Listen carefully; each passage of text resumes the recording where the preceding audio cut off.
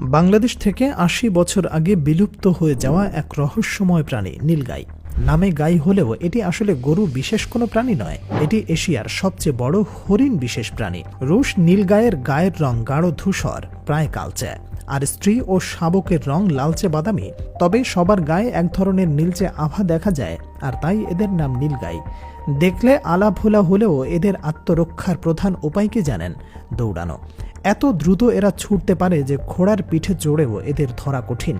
আশ্চর্য হলেও সত্যি, গরমে নীলগাই অনেক দিন পানি ছাড়াই টিকে থাকতে পারে। আশ্চর্যের বিষয় হচ্ছে, দীর্ঘ ৮০ বছর পর ২০১৮ সালে ৪ সেপ্টেম্বর বাংলাদেশে পুনরায় এই বিলুপ্ত প্রাণীটিকে দেখা যায়। প্রতিবেশী দেশ থেকে দলছুট হয়ে একটি নীলগাই বাংলাদেশে চলে আসে।